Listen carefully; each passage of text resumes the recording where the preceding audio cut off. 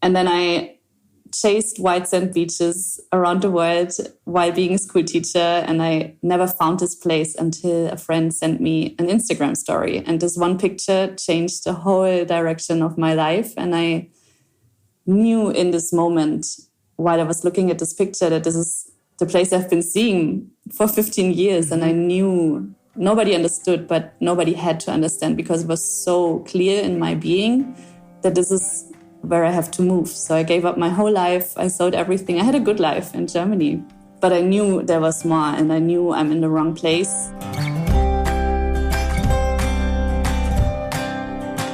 Welcome to Collecting Sparks. I am Sarah Schill, and I'm meeting with people who send out sparks with what they do or who they are. Collecting those sparks is my deep passion, and I hope our conversations will send out sparks to you too, so that they can continue to fly. Today's guest is Tanja Hirsch. Again, Tanja and I spoke a bit more than 2 years ago, when she had just sold all of her stuff in Germany to move to a small island in the South Pacific she had never been to before. With nothing but a dream in her heart, she flew to Moorea and started to post pictures of the blue ocean, white beaches and palm trees. It seemed like the happy ever after. If you just dare to follow your dreams, you will be rewarded. Neither Tanja nor her followers, who love to believe in this fairy tale, like me, did expect this to be just the beginning of an intense journey into the darkest nights of her soul. In our second conversation, we speak about dreams and what it can cost to make them come true. Tanja tells her story of letting go of every attachment and even accepting her own death. Very openly and vulnerably, she lets us in on her journey and describes how it sometimes seemed more than one single human could hold. I'm deeply touched by Tanja's open sharing. The beauty that lies in life's unfolding continues to amaze me, and if I'm allowed to make a wish, I'd invite you to listen with an open heart and mind, even if some of Tanja's experiences might seem beyond the comprehensible to you. I can just bow before Tanja's bravery and before the woman she has become. But now let's dive in and enjoy this conversation with Tanja Hirsch for Collecting Sparks. It's my first ever sequel for the podcast. And the last time we spoke, you just moved to Moorea in the South Pacific, following your dream, selling everything you owned in Germany and just having this dream in your heart to go to the small island, to make a living there, to open a retreat center. And so and what I thought was like, in stories or so, or in a movie, this would always be like the end, you know? You give everything and you dare to follow your dream and you do the big leap, and then it's happy ever after and everything will be nice and you sit there, you know, swimming with sharks and sitting on the nice white beach. It wasn't exactly like that, right? So maybe you wanna take us a bit on the journey. What happened? Oh my God. I was listening to our conversation yesterday while I was driving the scooter to another town here in Bali, where I am right now. And I had tears streaming down my face the whole time, just because so much has happened since this last interview. And I remember so vividly. It feels like a second ago, and at the same time, it feels like lifetimes ago. And it's funny that you mentioned the fairy tale of, you know, that's where the movie ends, the happily ever after. And that's kind of what I had envisioned as well. I was like, this is so brave. The universe has to reward me, you know? I'm giving up my whole life. I'm saying goodbye to everyone. I'm moving to a place I don't know anyone. It didn't make sense from my mind, but I was so clear in my soul that this is the next move, that I was kind of confused and almost pissed at the universe. And it also represented my relationship with the masculine and with God in general. Of like, I did, so you owe me, you know, I did this whole step. I followed your guidance and now it's a nightmare. And I'm going through all these dark nights of the soul. And I mean, Moorea, for all of those who haven't listened to the first conversation we had 2.5 years ago when I just arrived, I'm just going to sum it up so they can follow up to this picture. So I was a school teacher living in Germany, and I was already starting to follow my heart and to guide retreats and to, just follow these breadcrumbs my soul was throwing at me. And for 15 years, I had this vision of white sand beaches, turquoise water, and this longing of home. So most of the times I started crying when I received these visions. And then I chased white sand beaches around the world while being a school teacher. And I never found this place until a friend sent me an Instagram story. And this one picture changed the whole direction of my life. And I knew in this moment, while I was looking at this picture, that this is the place I've been seeing for 15 years. And I knew nobody understood, but nobody had to understand, because it was so clear in my being that this is where I have to move. So I gave up my whole life. I sold everything. I had a good life in Germany, but I knew there was more, and I knew I'm in the wrong place. It felt like dead soil. It felt like I'm not growing anymore in Munich, where I was living. And my whole being was just craving for this island. And I trusted for the first time, after ignoring my soul for a very long time, which has cost me a burnout and an abusive relationship and so many suffering moments in my life, that I made a promise to myself to follow the whispers, even if they don't make sense. And I had to learn to honor both my soul, which is crazy adventurous and expanding and powerful, and then also my human that is super sensitive and has a very soft nervous system and feels everything so deeply, to honor both of them, because the step of moving to Morea was actually quite intense for my nervous system. It was a really rough purification journey of not only releasing. But why, like arriving there and not knowing anybody, and or what was the tough part? Because if you looked at your Instagram stories, it looked all like, this fairy tale idea in a way, even though you shared that the story wasn't just easy. I tried to share the whole journey as authentically as I possibly could. And when it comes to the land of Morea, there's no place like this. It's like heaven on earth. There's whales that I connected with swimming around the island. There's rays and sharks and fish, and the mountains are so beautiful. It almost seems surreal when you're in Morea. So the land itself was embracing me, holding me while I got initiated through all of my deep healing journeys. But I was also confronted with a very dark side of the island. I think it's because there's not so many people living there. You have the spectrum of human consciousness everywhere, but because it's not so many people, it's almost weighing heavier, if that makes sense. So if there's a person breaking into houses and raping women, it's more present if it's such a small island than if you live in a city where this, you don't really hear about it. So I experienced a lot of intense moments there, not only the dark nights of my own healing journey and releasing a lot of pain and trauma for myself and for my lineage, and having physical, I feel that path of spiritual awakening is pictured very fairy tale-y in the online community, but it's very brutal. It strips you naked to your core, and there's nights where you don't know if you can make it another second in this pain, and it's really a lot for a human being to endure. It's like walking on the knife. One side is the spiritual awakening, and the other side is losing your mind.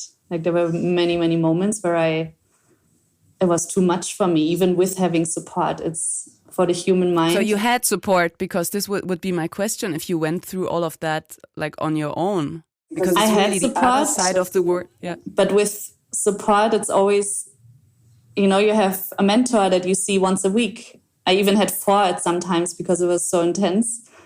But you see them for an hour a week. And sometimes these moments happen in the middle of the night where you don't have access to support. So in my case, I was forced to hold myself in these moments where I didn't even know how to handle this pain another second.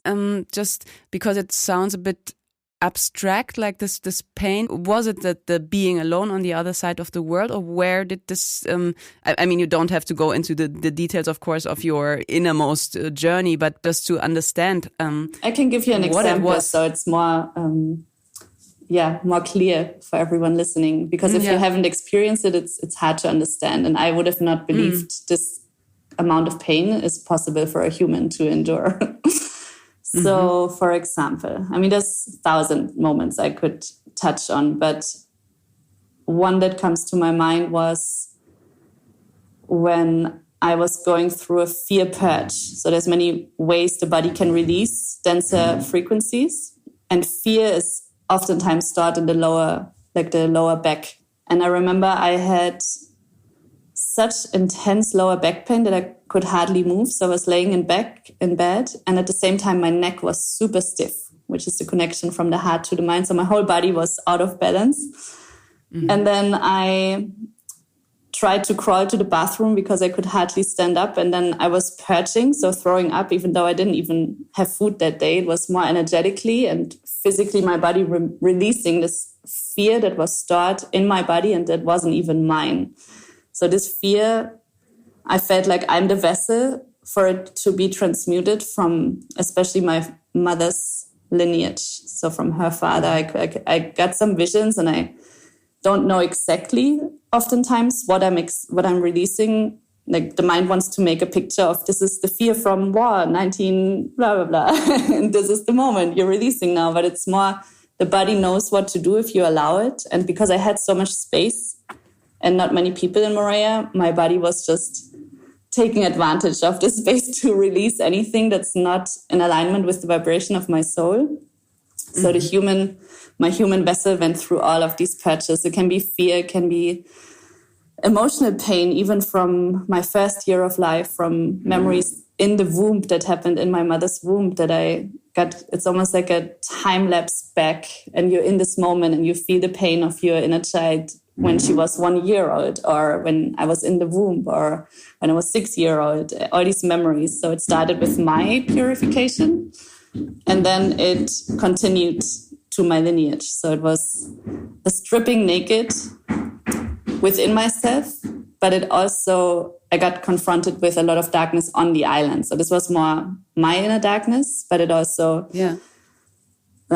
got confronted with racism and attacks and threats and someone trying to break into my bungalow and like being confronted with a lot of darkness that I couldn't see when I was arriving on the island. And I think every place has that.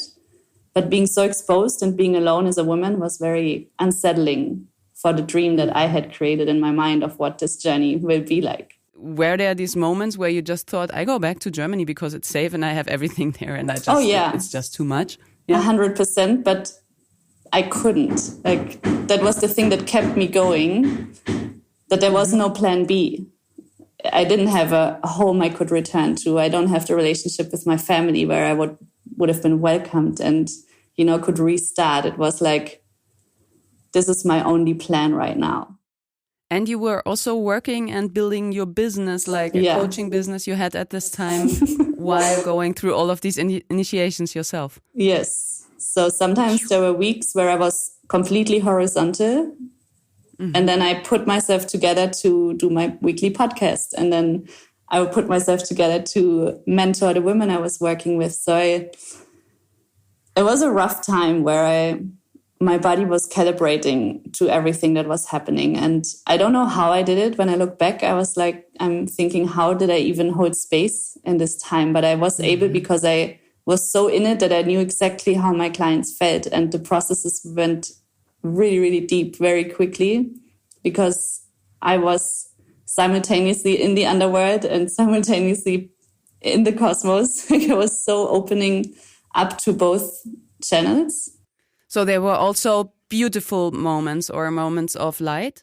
Definitely. There was a lot of magic, especially with nature there, because even though all of this was happening, I still went on my paddleboard every morning to swim with the rays and sharks. And I had moments with the whales where I was singing on a paddleboard, watching the sunset, and then suddenly the mother and a daughter whale jumped right in front of me. Like moments that took my breath away, where I connected so deeply with nature that has helped me to reconnect to the essence of who I am on a really profound, deep, deep level that I didn't even know was possible.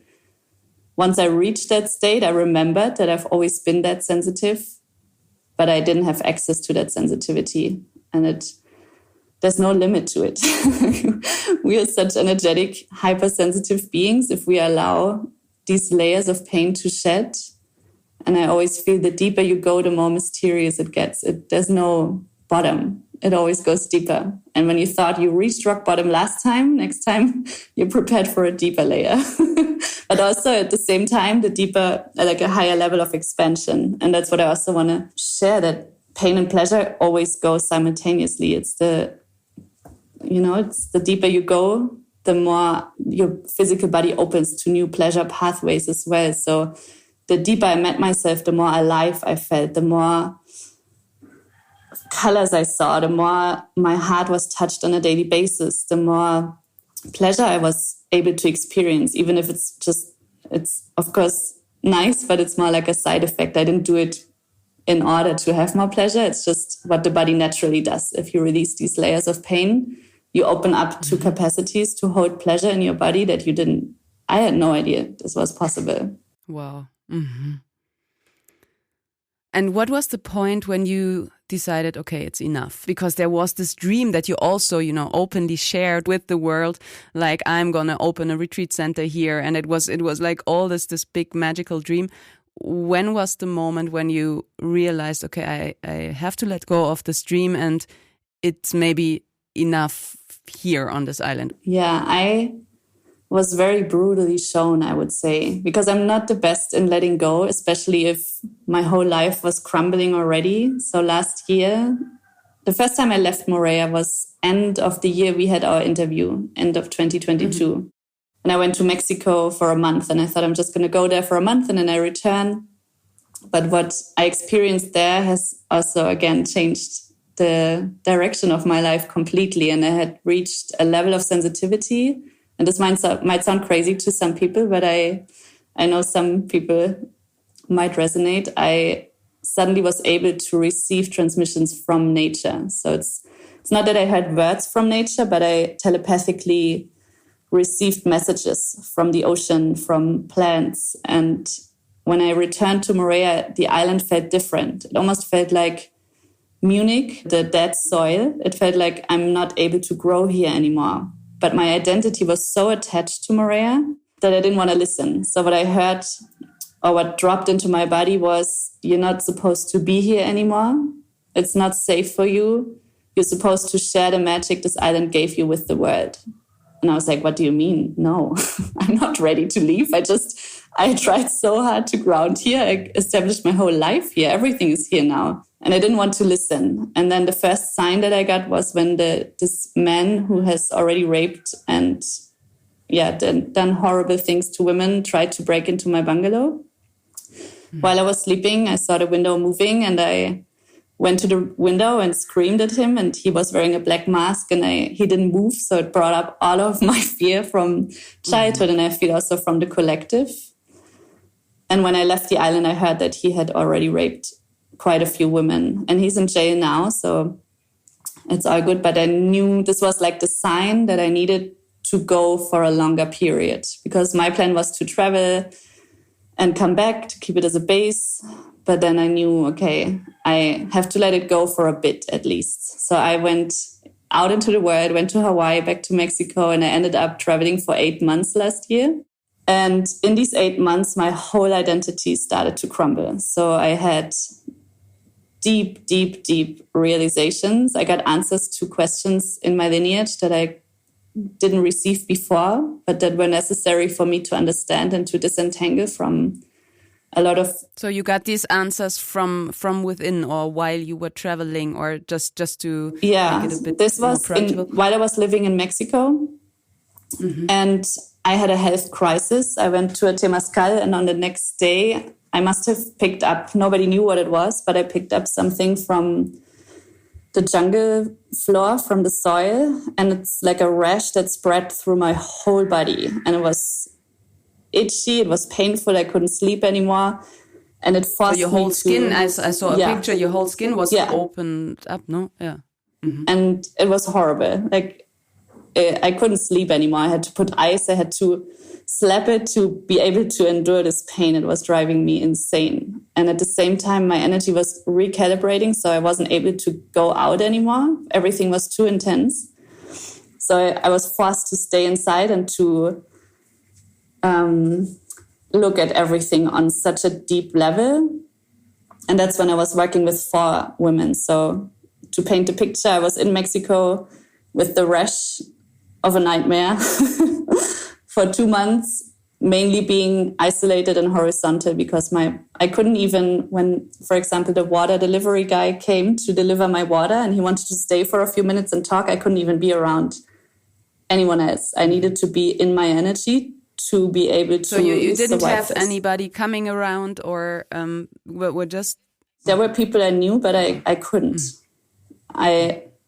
I was forced to really be in my own energy. And I've never experienced it this intense, but I couldn't even go to a supermarket. I got everything delivered and I was going so deep into the underworld that I couldn't engage with normal human beings in that state, if that makes sense. So I hired 4 women because I knew I can't go there by myself. I had 2 somatic practitioners that, in my experience, somatic experience is one of the most profound practices that we can do to really heal on a nervous system and body level and to not only understand our trauma, but to really go there.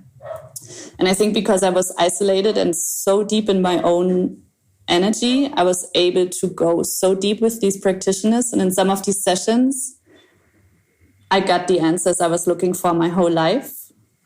The darkness in my family that everybody rushes under the rug and pretends it's not there. And I always thought, like, I was questioning if it's true what I'm feeling or if I'm crazy, because everybody else pretends everything is fine, but I felt every single dynamic in my family. Wow. So you really opened yourself up for like ancestral healing. Yes. Also and it took me down a rabbit hole. It took me very, very deep. And I finally got the answer of why, especially in my mother's line, there's so much emotional numbness and coldness, and why there's no caring and no love, which I would have needed so much. Like, that's been a huge part of my healing journey, to re-nurture my inner child, because I didn't get that as a child. And I always wanted to understand so bad, because then I had proof that it's not about me. That's what I needed. I needed proof that it's not about me, but that it's, I needed a reason to let go. And then I saw the reason. That there's nothing wrong with you, yes. but that it's, I really thought there's something wrong with me. If a mother can't love her child, there has to be something wrong with me. And then I got the answer, but it was so overwhelming and I was so alone with this, because obviously I couldn't go to my mother, because what happened to her happened when she was 4 years old and there's no memory. And I understood suddenly why when I tried to talk to her, it's like talking to a 4-year-old child, because her emotions got frozen in that state. And I understood, but then my body was just not able to hold it. That's why my skin exploded. And then I had a cyst growing on my neck that got bigger every single day.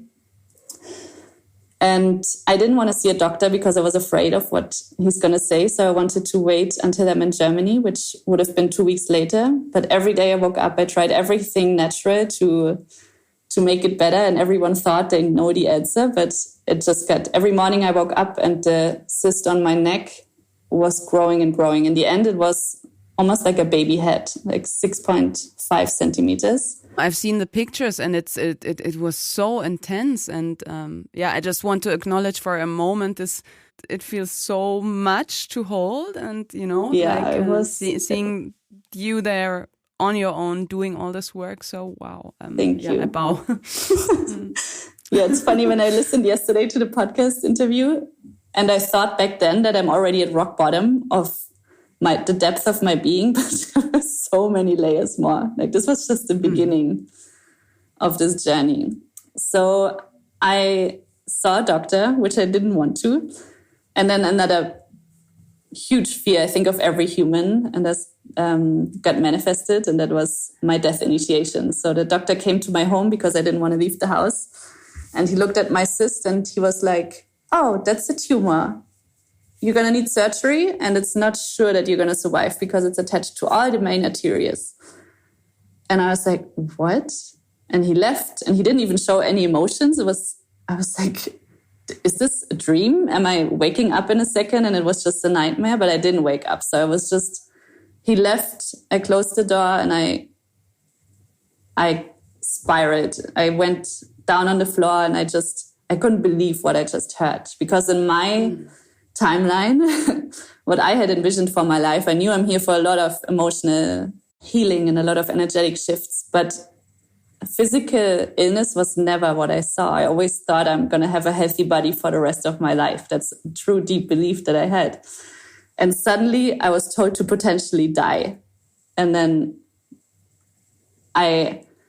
because I've done a lot of plant medicine journeys, and sometimes your consciousness, your soul leaves your body, and it's a very blissful experience to merge with universal consciousness, to become pure love. And I always thought I'm not afraid of dying, but having the human experience of being told to die and to fully surrender to that was probably my biggest initiation so far.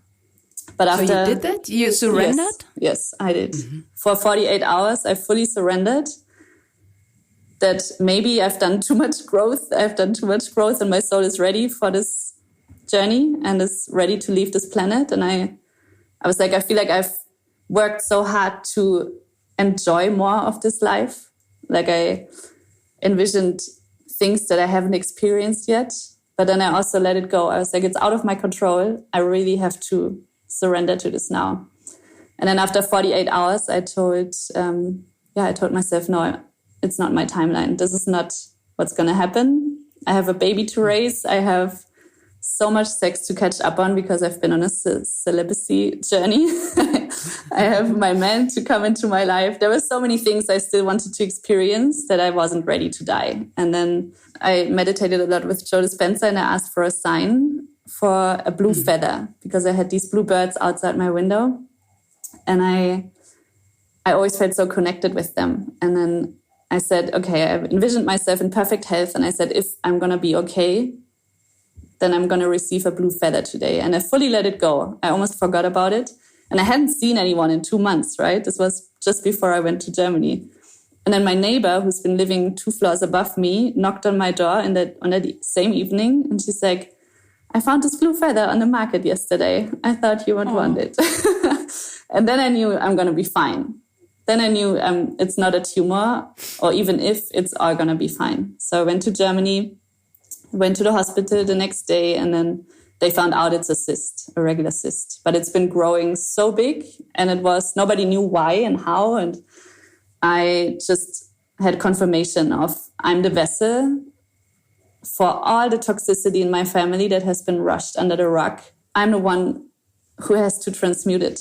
I'm the one whose body is able to cut the ties of this toxic entanglement that has been happening for, I don't even know how many centuries, And really externalize it, no? Like going out of the body and out of the system. Mm-hmm. So this whole year, last year, when I thought, so my health was falling away, which my identity was very attached to because I always had a healthy body, even though, of course, some struggles, but my health was falling away. Then in these 3 months, my whole identity shifted. And in one of these moments with a somatic practitioner, my soul spoke very clearly to me. And she told me that all the work I've been doing so far with women, I was a space holder and I was guiding retreats and I was going really deep into trauma with women. And I'm good at it. And my soul told me, you're good at it because you've done it your whole life. You were born into this family. It's what you're used to since you're born.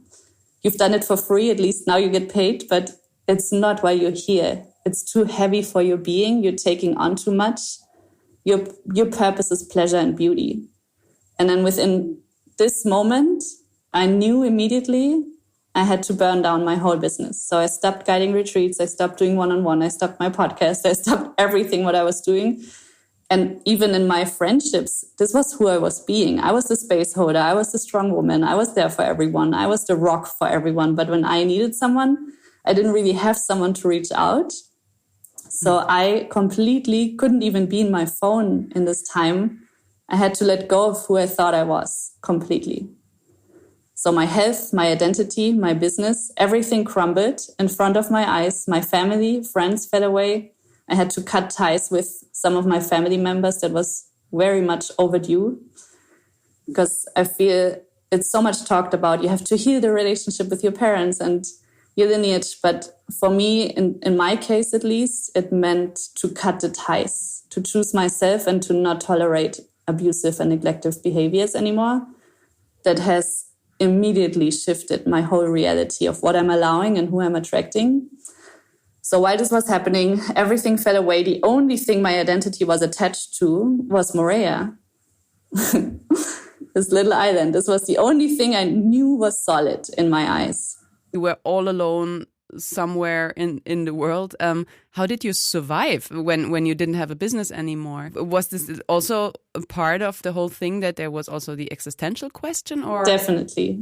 That's the thing, when you follow your soul, it doesn't make sense. And it's very expanding and crushing your reality. So my soul, the whole time while this was happening, and my identity was also attached to doing. I thought my worth is very subconsciously hidden, because we know this, right? Like, your worth is in the being, not in the doing. But I got initiated into this so deep because I wasn't able to do anymore. I couldn't even answer questions of my friends that needed me. I couldn't even check my phone. I was completely in my horizontal, in my own world, dying on all levels. And then my soul spoke to me, just be, it's enough. And I was wrestling against it. My whole identity was connected to doing. Even just holding space doesn't even have to be connected to money. And I was like, how? This doesn't make sense. I need to survive. And I knew I had to invest the rest of the money I had into the healers I was working with. So it didn't make sense. And it's very counterintuitive, but I've done this a few times in the past in my business and in my healing journey, that I knew when I invest in myself, it's going to amplify, it's going to come back. Mm-hmm. So I watched my bank account going down, down, down. And my soul was like, just be. And I'm like, you're crazy. Because I also had a lot of time to spiral, right? I'm an overthinker. I go into worst case scenarios all the time. Mm-hmm. But I knew I didn't even have the energy to do anything else. I knew I had to trust. I had to trust that even if it goes close to zero, there's going to be an income flowing. And while I was dying and, all these things happening, I still had my jewelry that saved me. So we're going back in time 1 year earlier to around 5 months after our conversation. So if anyone wants to listen, this was our first conversation when I just arrived and thought I already am in the dark night of the soul. And after 7 months of trauma healing and purifying my soul and all this pain, I had no idea who I was anymore. And I feel this is very important to talk about, because at some point in our lives, many of us experience an identity crisis. And if you heal so much in such a short period of time, and especially if your identity is attached to this pain, because that's why you tolerate certain behaviors and that's why you show up the way you do. I had no idea who I was anymore. I was like, I don't know who I am without this pain. Mm-hmm. And without allowing this pain also into my life. And I questioned if my business is even the thing I'm supposed to do. I had no idea who I was anymore. And then I went, again, counterintuitive, went on an even smaller island for a month, 3 small atolls, switched off my phone, paused my business, paused my relationship I was in, and I just went to these small islands. And it sounds so dreamy to be in French Polynesia on islands where there's literally no people, only sand and palm trees. There's not even mountains. And there you really feel like you're in the end of the world, because as long as you can look, it's only ocean. And there you can confront yourself even deeper. So it's not like I did a holiday for a month and I was sunbathing and enjoying myself. I had to confront these parts of myself even deeper and hold myself in a not knowing of who am I gonna be? Because I wanted to know so bad. I was like, so who am I without this pain? I wanted an answer. But the beauty is, if you're swimming in the void, which you are when you release so much of your identity, it's not about knowing and holding on. It's about allowing and swimming in the sea of potentiality. It's like, who do you want to be? If you can be anything. Or I imagine that there's a lot of clinging on to this last bits of identity. Oh, 100%. I thought I was already swimming fully in the void and there's no identity left, but it was almost like just one thing that detached. Like it wasn't fully the journey I experienced the year after, last year, when everything was falling away, was 100 times more intense. This was like a glimpse.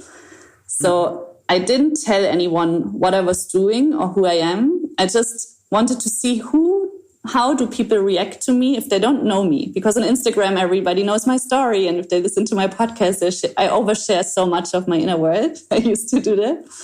So I was curious to see how people react to me. And I didn't see many people, but every single time I was interacting with a human being on these islands.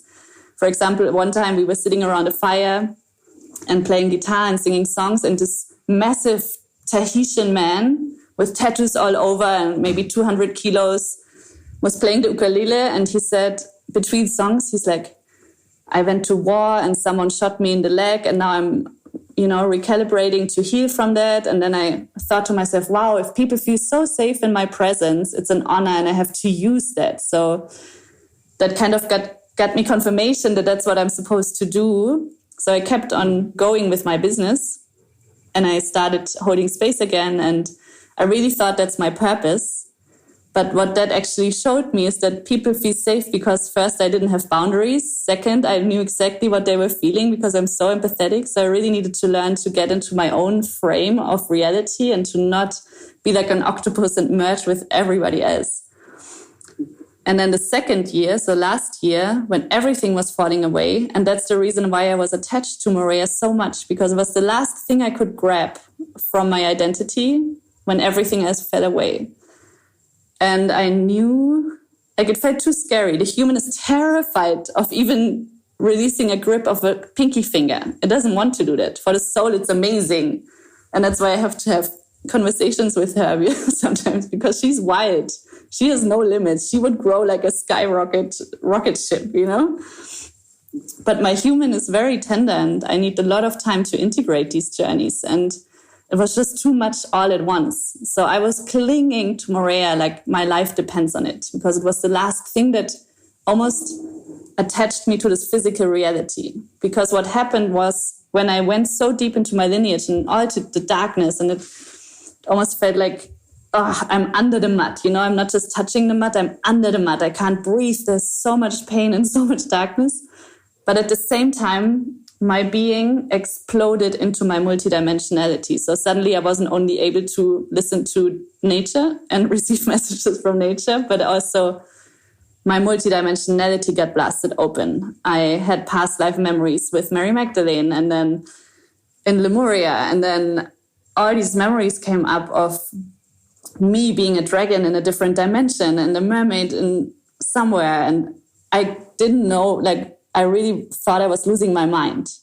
I just wanted to ask that because for a human, that sounds quite a lot. And I imagine if people listen, they're just like, what? You got memories of being a dragon? It was too much because I'm also very rational. I'm German. I still have German roots. And I have a very skeptical part in me that doesn't even believe all of this is true. I need evidence. And I sometimes listen to people and I'm like, yeah, bullshit. I'm very judgmental even, and I don't believe many of these things. But then I experienced it and I became it. And my soul was sometimes, I would lay in bed and suddenly the whole matrix would dissolve and I would just become the universe. Or I would talk to aliens. Or there were so many things happening that my human couldn't even try to understand. And it happened on a normal daily basis, not only in plant medicine journeys or so, but okay, wow. Yeah, and it was very scary. Every time I came back into my body, I cried because my inner child was terrified. Because it's also very reality confronting if you realize you're actually literally creating your whole reality. And that's spiraling back to your question. When do you start to swim in the field of potentiality? Mm-hmm. Because first it's only fear. It's like, oh my God, I'm literally jumping backwards into the void. I have no idea if I'm going to be catched, if I'm going to be able to fly. I have no idea. It's just space expanding. That's how the void feels like for me. A black space expanding. And you have no idea when you're going to feel the ground again. You have no idea what's going to come out on the other side. All you have is trust and the potentiality of what you want to create. Because then you realize, if you create your whole reality, what do you want to create? what's not in alignment with your being, what comes from the essence of your soul. And when everything got stripped away last year, the only thing that was left was my art. My hands were still creating, not every day, but my hands were tingling. They needed to express what was happening on all these levels. When goddesses started channeling through me, my body was being moved by goddesses. I needed an outlet to not go insane, to say it in a very drastic way. I needed to create a creative outlet to express what was happening to me on so many levels. Creating what has always been a part of you, know? You were an art teacher, if I remember right, and you have created a lot in your life. So I always say I started creating once my hands were able to move. Mm-hmm. So since I can think, I started traveling with my grandparents in their caravan when I was like 1 year old. And every time they stopped, I would run outside, look for sticks and shells and stones and create with nature materials. And then when I had more mobility in my hands, I would paint and craft. And I opened my first business with 6 years in Croatia on a camping site where I couldn't even create as fast as people wanted to buy my bracelets with like strings knotted. They were really beautiful. And the whole 6 weeks we went there, I was just creating on my little chair, creating these bracelets, and people would order and buy. And like, I've always created. I was always passionate about creating. And then when I became a school teacher for cooking and handcraft, I thought I had the jackpot because I loved creating so much. I loved children, and now I can teach it. But the very thing that I thought I wanted has caused me to burn out and lose my creativity. And then every time my creativity has saved my life. So before I went to Morea, after my burnout and before I left Germany, I already had a brand called Yoga Crafts where I was doing huge dream catchers and macrames and feather earrings and candles. And I already channeled a lot of my healing journey into my creations, but I always treated it like a hobby. That was the big thing. Because in my family, nobody has ever pursued their craft or believed that something was possible. We were always very on the existence minimum since I can look back. And my great-grandfather was an artist, and I have one of his paintings. I've seen one of his paintings, and it's very feminine, very goddessy. So I feel there's a connection there as well. And he never made it. He had 5 side jobs. So in my mind, and what my grandparents have told me and my parents, the only thing I heard about artists is the starving artists. If you're gonna, what do you want to do with your cute little crafty thingies? You're going to end on the street. So this was really imprinted in my body. So I didn't give it too much energy. I did it for me, for my healing, to just, because my hands are always tingling. I need to do something with my hands. It was just, I'm doing this for myself. But my business has to be hard and business has to feel like work. And then when everything got stripped away, and this was the only thing that was left, that's when I realized it's not just a hobby. This is my gift. And that's what I found in the darkness, like the diamonds that I found in the mud, and I brought them back to the surface of, wow, I can share this with the world, what I've gone through. And it started 2 years ago, this brand, because I had to let go of my other brand when I moved to Morea, and I didn't even think about creating again. I was just, for my house there, do little coral things and just for myself. And then when I went to these islands, I actually brought I bought some tools and chains, and then a woman gifted me a handful of Tahitian black pearls. And then I found a man that showed me how to drill them. And I was just naked on the beach, making jewelry for myself. And then something really miraculous happened. When I went from this tiny island at the end of the world back to the airport, the woman in the taxi, there's like a little, looks like a golf car, was sitting behind me, and she saw my earrings. And she was like, "Oh, I love your earrings. Can I buy them?" And I was like, "What? You want to buy my earrings?" "Sure." So I said, I don't even know how much to charge. Like, give me 30 euros. I don't know. So this is how it started. Women came from all sides to me and started to buy the jewelry I was wearing. And I thought it's a coincidence. I thought, they want to be nice or they like it. But when I went to Mexico, it just exploded. I couldn't even create as much as women wanted to buy my jewelry. And that's when I slowly started to realize how much pleasure it gives me and how much joy and how much magic is in these pieces, to see how the women suddenly start to glow and to change their embodiment and to feel confident. And it's like the goddess within is switched on and they realize, wow, I'm allowed to be beautiful. I'm allowed to be sensual. I'm allowed to be in my power. I'm allowed to embody these qualities. And yeah, this is how it continued until last year, when I was shown that my purpose is not trauma healing, but pleasure and beauty. Mm-hmm. And that's when I burned everything else to the ground and focused on Soul Creations Morea. And there the Morea is still with you, no? Yeah, she will always be part of me. That's what I say, because in my mind, I thought I'm going to go there, I'm going to create a retreat center, I'm going to meet the man of my dreams and have children there. I always thought I'm going to be there for the rest of my life. And it was very humbling for me to give that last piece up. That's why I was holding on so much. And it was actually, I was guiding my last retreat in Morea, and then during a fire ceremony, I heard Bali calling for the first time in years. And she was like, come back. And then I told the students in my retreat, I told them, Bali just called me. I think I have to go to Bali.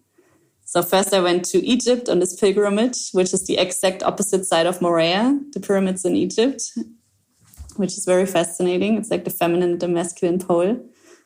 But can you, just for a moment, for many people, I guess they can't understand what it means, like if Bali is calling or talking to your soul.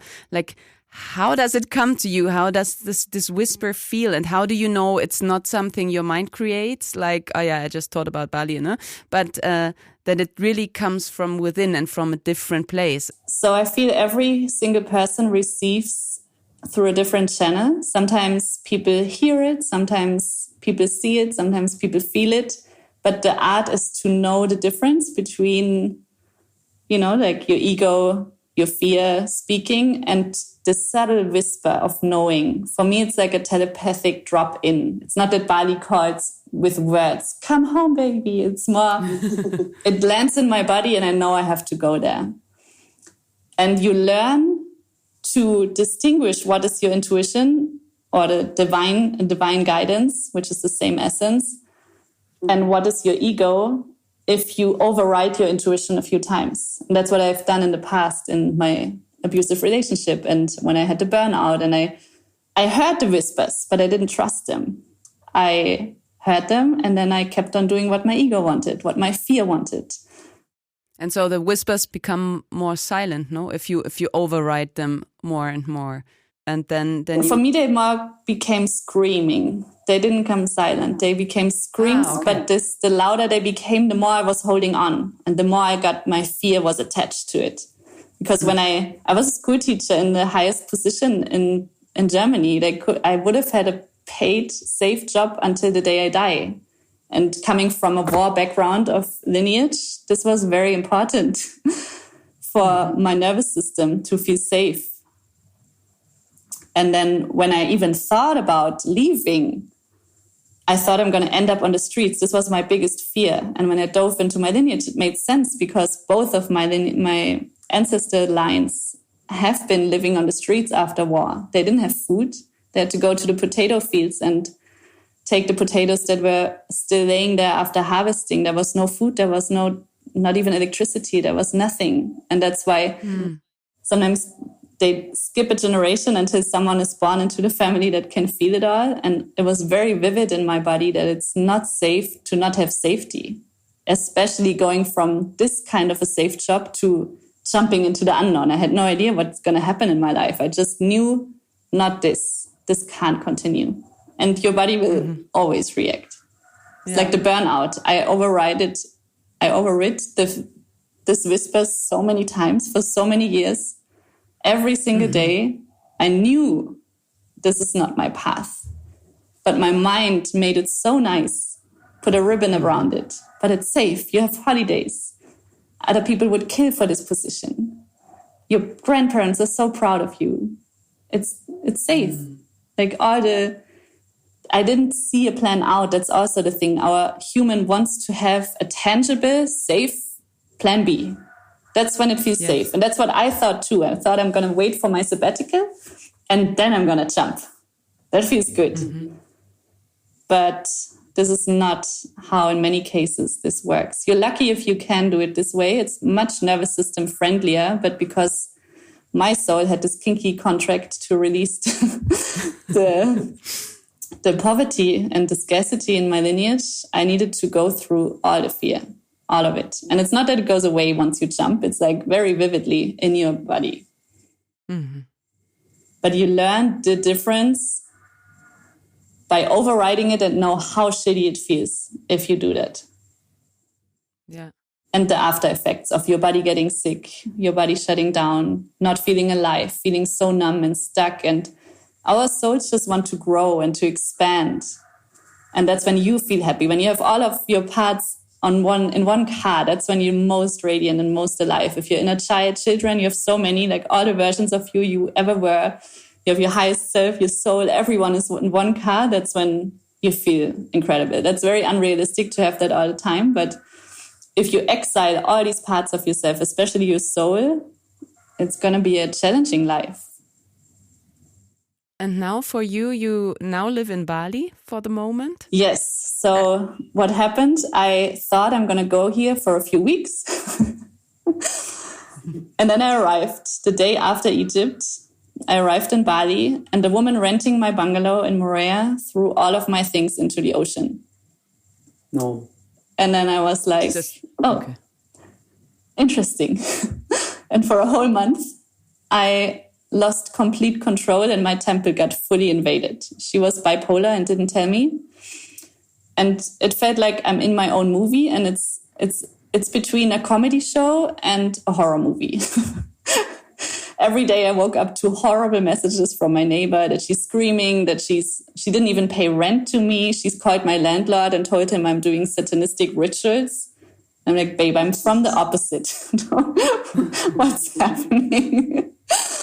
Yeah, it was wild. I couldn't even believe this is my life. So I feel Bali called me to really hold me and nourish me while I had to let go the last part that was attached to my identity. So when this happened, I fully surrendered and I said, okay, maybe it's time to let Moorea go.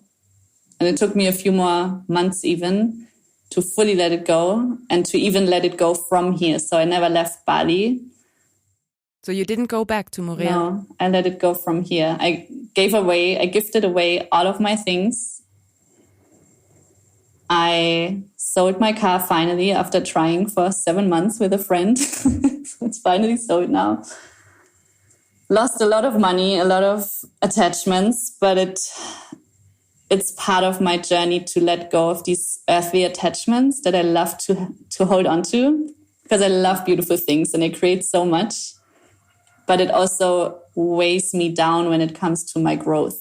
And it was interesting because while I was letting go of Moorea and all the physical things there, my granddad was dying, who was an extreme hoarder. And even though I never really got to know him because the relationship between my mother and her father is very bad. So all I ever knew from him is bad stories from my mother of what a horrible person he is. But I always felt connected with him because he was the only one in my family who traveled, who was addicted to adventure almost like I am. I always say my inner masculine is Jason Momoa on a pirate boat on the open sea, and my inner feminine is the goddess wanting to be fed grapes. So my inner adventurous drive is very big. And he went to Annapurna 50 years ago, where it was really dangerous. They didn't have the equipment, like the second highest mountain next to Mount Everest. He went to dive with white sharks in Mexico. He went to Peru, and he was always this adventurer, but I never got to know him. So I was hoping I could ask some questions, but he was in a really bad state. And my mom was holding the phone for me to see him in the last hour. So it was not the right environment to ask these questions. But it was simultaneously that I had to let go of these attachments while he was transitioning. And I felt the darkness in my family. He was also very sensitive, but he didn't have an outlet. He wasn't able to transmute it and to feel it.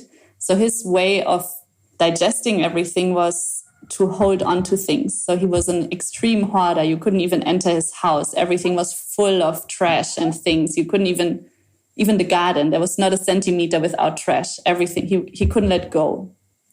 And the reason he died was prostate cancer. So the body also speaks very loud of not being able to let go. And I'm constantly forced to let go in every life journey, life chapter, which feels like many, many lives in this lifetime. I'm again and again forced to let it all go, to let go of earthly attachments, because the soul, I mean, when you die, you can't take anything with you. But these things attach to old identities and old versions of ourselves. Every time I go through these crazy rebirths, I even change my whole closet. I change everything. It doesn't feel resonant. It feels like a past life, and now I'm a different person, and I can't wear the same things because they're not resonant anymore. Mm-hmm. So this is almost closed now. It's still in the last disentanglements, but Morea is finally coming to an end. But at the moment you live in Bali and you're creating your jewelry? Yes. Right? I live in Ubud, Bali, in the jungle, in the middle of the rice fields, which I would have never thought I ever would move here again. It's my 7th time in Bali. She's been calling me home over and over again. And I don't miss the ocean. So I feel like after all this expansion, which the ocean offers, the horizon, the ever-expanding vastness of this nature and this planet, Ubud is holding me and nurturing me into grounding all of this back into the physical. And my creativity has exploded. I've expanded from making only jewelry into creating clothes and bathing suits. And I created a whole pleasure care line because the pleasure part was a huge part of this journey that I focused more on the pain part in this podcast interview, but there's been a whole reclamation of my sensuality and sexuality as well, of feeling safe to be in my essence and to be in my radiance, even if it makes other women or men uncomfortable, and to hold that and to fully own that and to not dim my light. And Bali has really, really deeply, deeply supported me, held me. I'm creating my new collection right now, the mermaid diamonds that are coming out this winter. So yeah, it feels like I haven't worked since that initiation last summer. So almost 1.5 years, it felt like I haven't worked a day because it comes so effortless for me to create from overflow. I just needed to learn to allow the death portals to happen and to not force the creation. But yeah, it feels like a completely different way of living in this state, to really allow myself to create from overflow and from what wants to come through rather than forcing and surviving and waiting. It's incredible because if you describe it like that, it feels so natural. Like you think, yeah, of course, that's where we're supposed to create from or to live from, that place of overflow and of connection and of the out-breath, like it doesn't have to be so much fighting all the time. But especially I feel as Germans, we with all the war history and also in other countries, of course, we've learned that so much, that work and hardship, you have to earn to be worthy, and you have to earn it that you can relax and finally have holidays when you really work very hard. And when you describe it, it's just like there's this resonance where I feel like, yeah, of course, that is what we're supposed to be and how we're supposed to be living, because why on earth would life want us to suffer all the time? It's so simple, and yet there's so many layers, and it's almost imprinted in our DNA that it has to be hard. And there's also a loyalty attached to our lineage.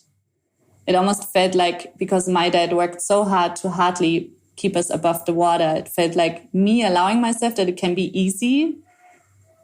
Yeah. It felt like I'm disrespecting my father. So I really had to have a conversation not with him in person, but with myself, and this dynamic of it's okay. You're allowed that it comes from pleasure. You don't have to overexhaust yourself all the time. You can rest you can be. And that was the beauty, the diamonds of this death initiation, and my body forcing me on my couch, literally. Like I wasn't able to move, to do any exercises for 3 months, and to be who I was to be, to see this was a conditioned version and not the truth of my being.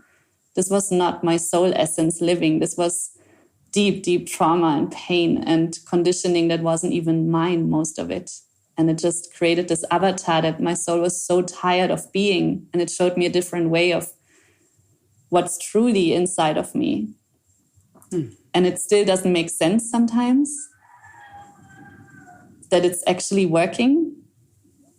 But I have a complete different relationship to abundance, and to the feeling in my nervous system is I feel like a completely different human being than when we had the last interview. Felt like I'm time traveling into a different life, when I listened yesterday. It's like, wow. Your voice and the way you look has shifted so much. And you was already very radiant when I got to know you those years ago. Thank you. Yeah, that's the beauty. When you give your soul space to shine and to do what it wants to do, it's being reflected, and you share that. It's like the ripples that you bring from the darkness, that your beingness, and that's the beauty. You don't even have to do anything. It's your beingness that ripples and that creates. And that's something I also had to let go of, to think I have to do more and to say more and to save anyone and to, do so much. You can just be. Your beingness is much more powerful than your doingness, but it doesn't make sense to the conditioned German mind with artist background. I really had to train my nervous system to feel safe, to rest and not feel guilty, to rest and to just be and see it's enough. It's more than enough. And you can be abundant by doing what you love the most, because you're born with your gifts for a reason. And that's the beauty of your ancestors as well. And that's why I'm grateful for the pain and the trauma and everything I've been passed on, because I found my artistry in this. I never believed in a million years that I could make it as an artist. Who am I? Who would want to wear my jewelry? And now I have women literally crying, shaking, having full body chills, orgasms sometimes from feeling the activation of each adornment, because of course I channel my processes and sometimes goddesses into this jewelry, and it's mind-blowing. It's not me, I'm just a channel for it. But what it does to women who experience it, it's beyond words and what we could understand. But it's a proof of why I went through this. It gives me so much purpose and so much fulfillment from the inside. And it's a completely different way of how I lead this business. I would never, for example, force it on anyone. When I was selling my online programs, it was different. I was like, I need to survive from this. Can please somebody, sign up? Subconsciously, of course. It was a completely different drive. Now I know these adornments find the woman. I don't have to do anything. I can just be me, and women just keep on coming to me and want to be adorned. And I'm in deep, deep awe of what the kind of magic it creates in the world.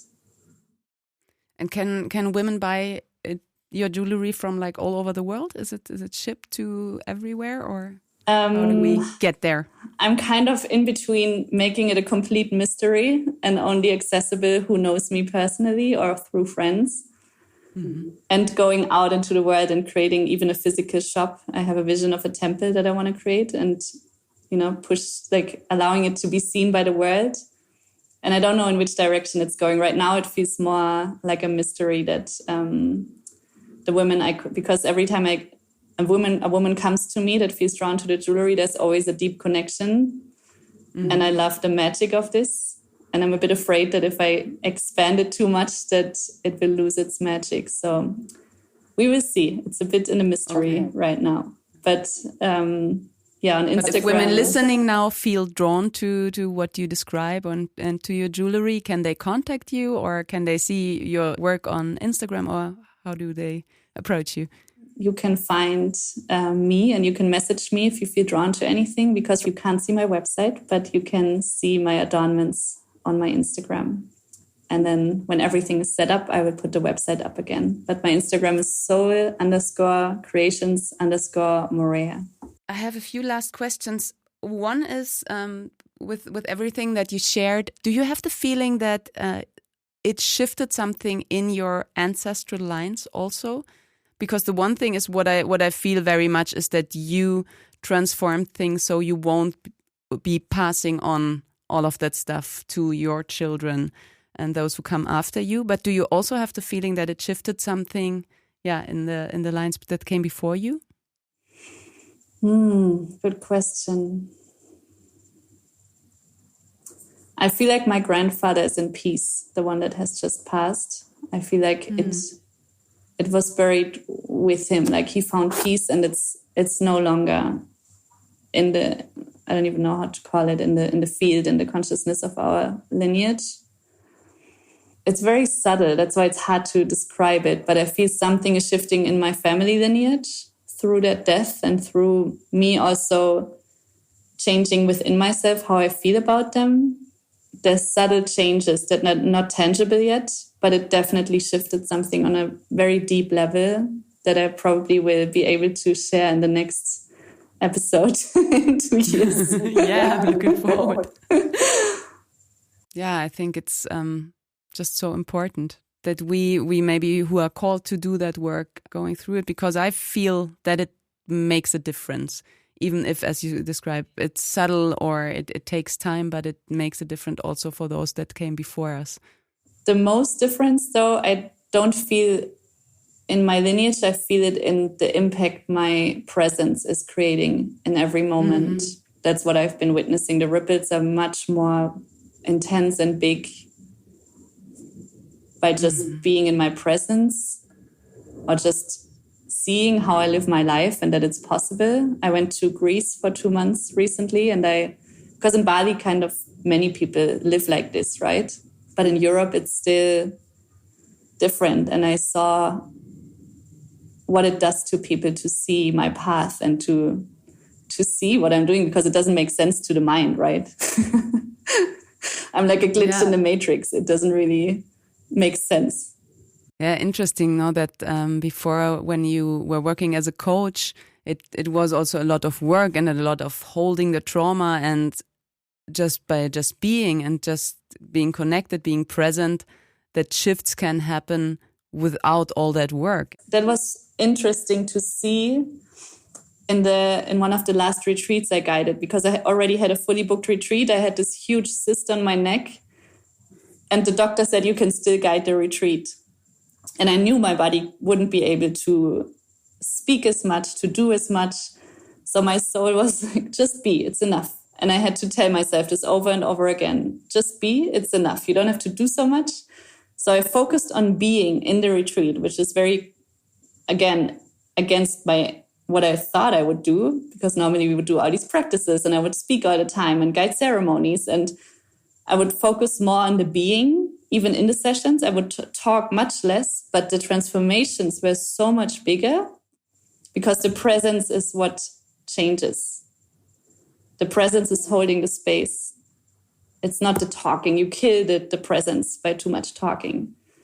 And this was shifting the way I saw life and my work and my beingness, by having it physically proven in 2 of my retreats, the last ones I was guiding, before I burned everything to the ground.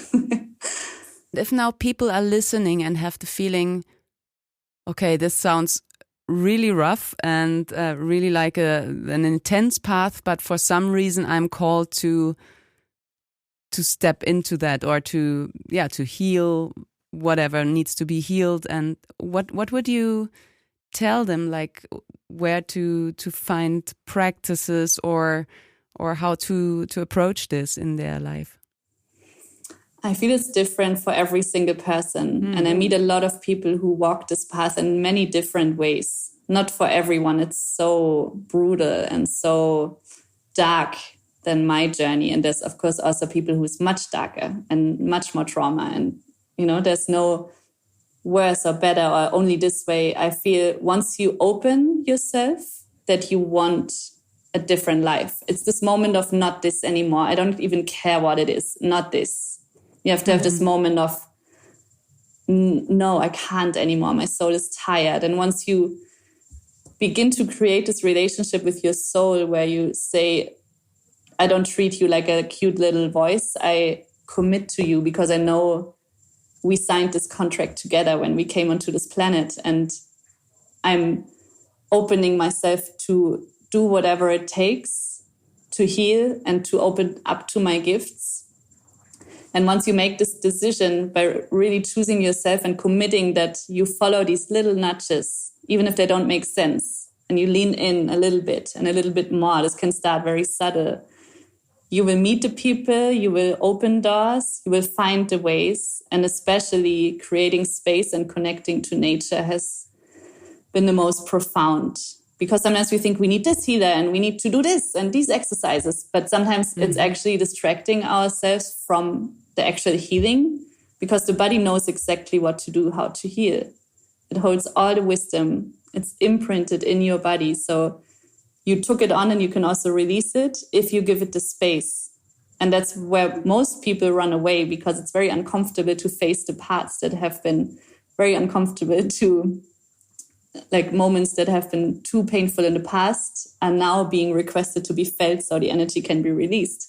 And if you feel suddenly your 5-year-old self who was abandoned and now you feel all this pain in your heart and you feel like worthless and not lovable and everybody hates you, and if you would die, nobody would care, like all this pain that's sometimes really intense, that's when all these protection mechanisms come into place and you want to distract yourself. I have the same. Even though I've done all of this work, I still have so many moments where I'm on my phone scrolling and then I realize, oh, I'm scrolling. That means I'm not feeling what I'm supposed to feel, because that's my distraction mechanism. It protects me from going there.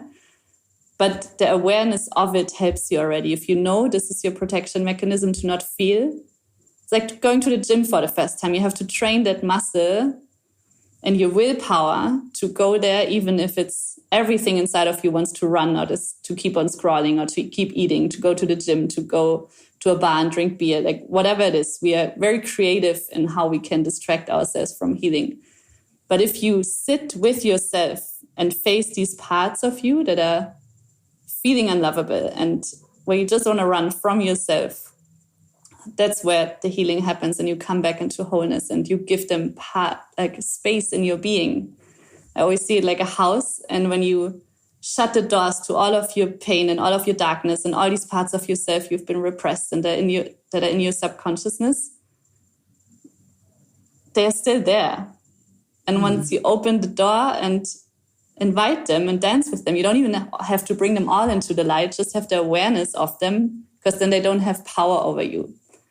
I always say I'm not afraid of darkness, I'm afraid of suppressed darkness, because these demons in these doors, they find a way out, and normally they come really intense. They come with an explosion.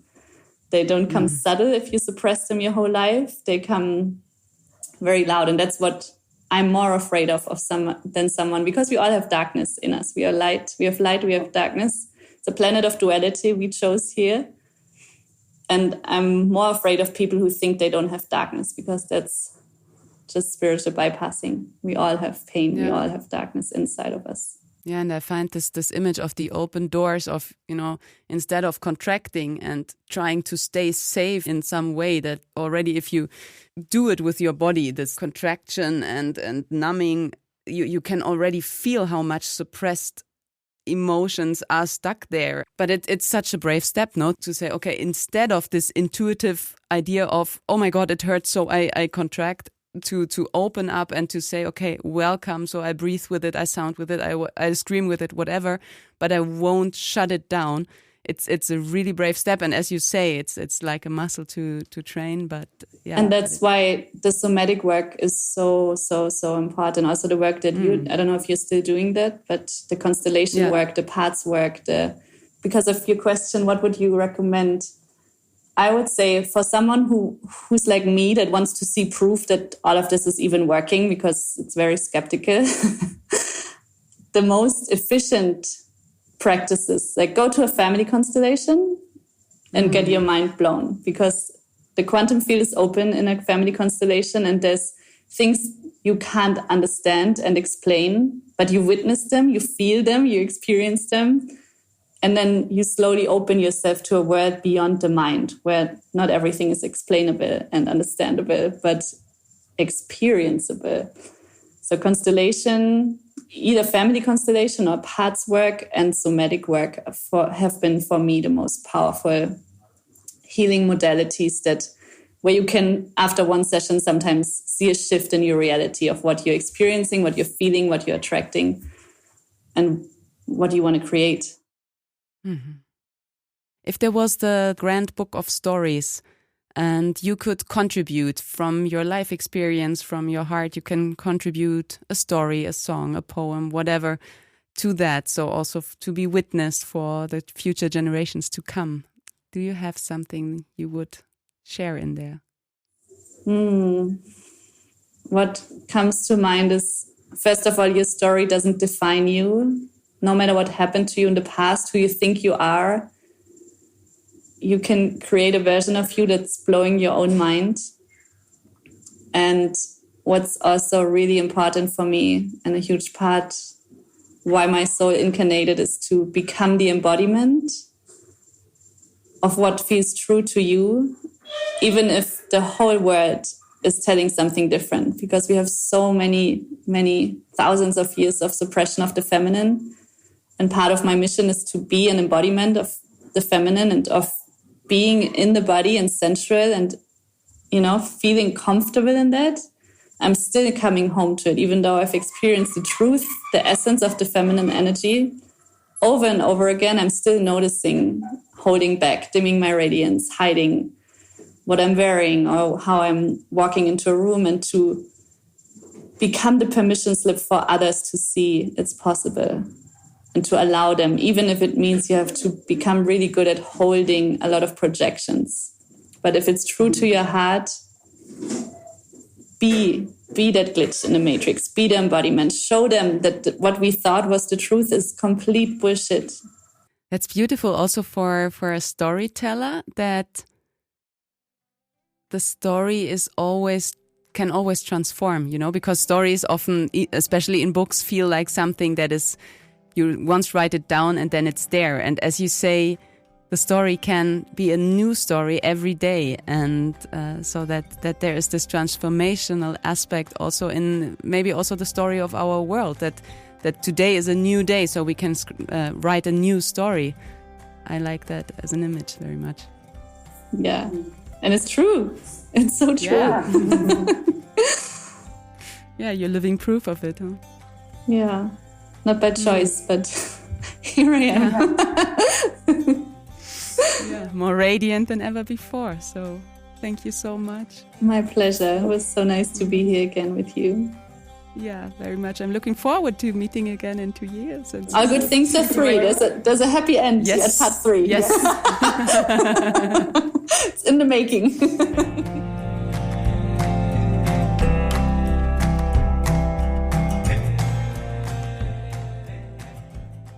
That was Tanja Hirsch on Collecting Sparks. Thank you so much for listening. In my world, there's nothing more courageous than meeting your shadows and deepest fears and keep your faith anyways. I don't think this kind of path is for everyone, but if you feel the call for a different life waiting, I strongly believe it is worth listening. If you feel drawn to Tanja's work, check out her adornments on Instagram. I will share the link in the show notes. I've bought one of her necklaces a while ago, and even though I usually am not much of a jewelry girl, I very much love this piece and the way it makes me sparkle. I'm so looking forward to meeting again with Tanja and curious about where life will have led her next time. If you liked this episode, please recommend, share and comment. It would mean a lot. We'll meet again for the next episode of Collecting Sparks. Much love, Sarah.